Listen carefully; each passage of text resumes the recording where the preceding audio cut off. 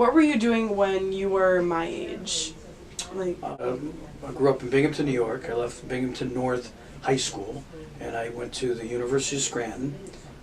It's Scranton, Pennsylvania. I started out as a pre-dental major, and the wrestling team. So I went there mainly because I thought I could make the team. It's funny how life takes you through twists and turns.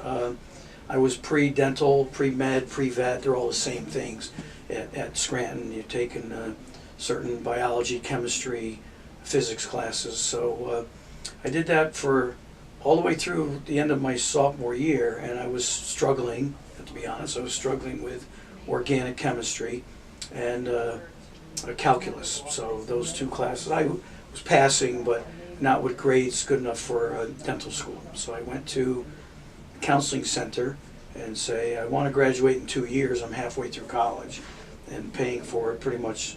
My parents helped me, but pretty much paying for myself. And the best thing I could do is nursing or biology teaching. And because of the wrestling, and I was having a successful year, a couple years in college, I thought maybe coaching would be fun to try. It never was on my radar. And so I picked, instead of nursing, I picked biology education, and brought me to Kittatinny as a teacher, and then eventually switched to guidance counselor. So. How long have you been a coach?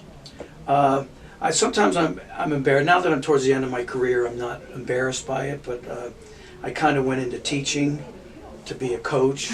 Really, you should be a teacher first and a coach second, so it's just funny. But I've coached since I got here. I came here in 1978. It was 39 years ago. So You're known as one of the most successful wrestling coaches in northern New Jersey. How do you do it? People ask me that question all the time. I really think about it. If I have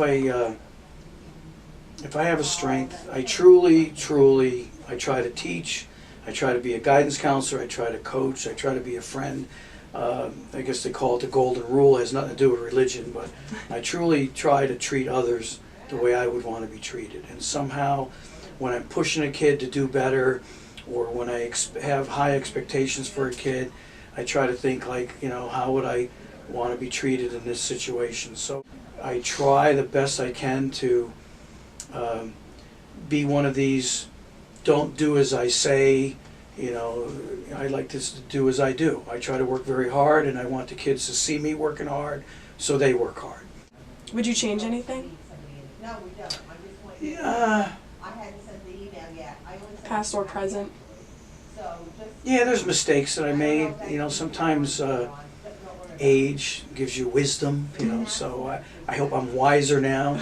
There's mistakes I made in early years. Maybe I was too tough on a particular kid, and now I kind of regret it. Maybe I should have a little more patience, or just a little bit, cut them a little more slack, so to speak. But I don't have a lot of regrets. I think I'm very, very happy with my statistics and the way I handle children. I get invited to weddings, I get invited to baptisms, I get invited to all kinds of nice things. So it's been very, very good. But yeah, there's some things I would change years ago.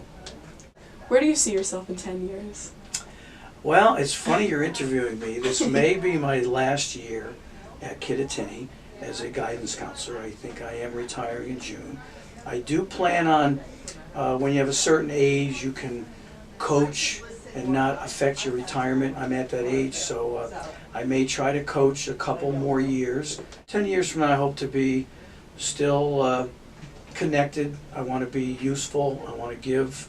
I may be helping out an elementary wrestling program, coaching for free, a couple days a week. I do hope to be, I have 3 grandchildren now, so in 10 years I might have 5 or 6, and be a good grandparent, and just be a productive retiree.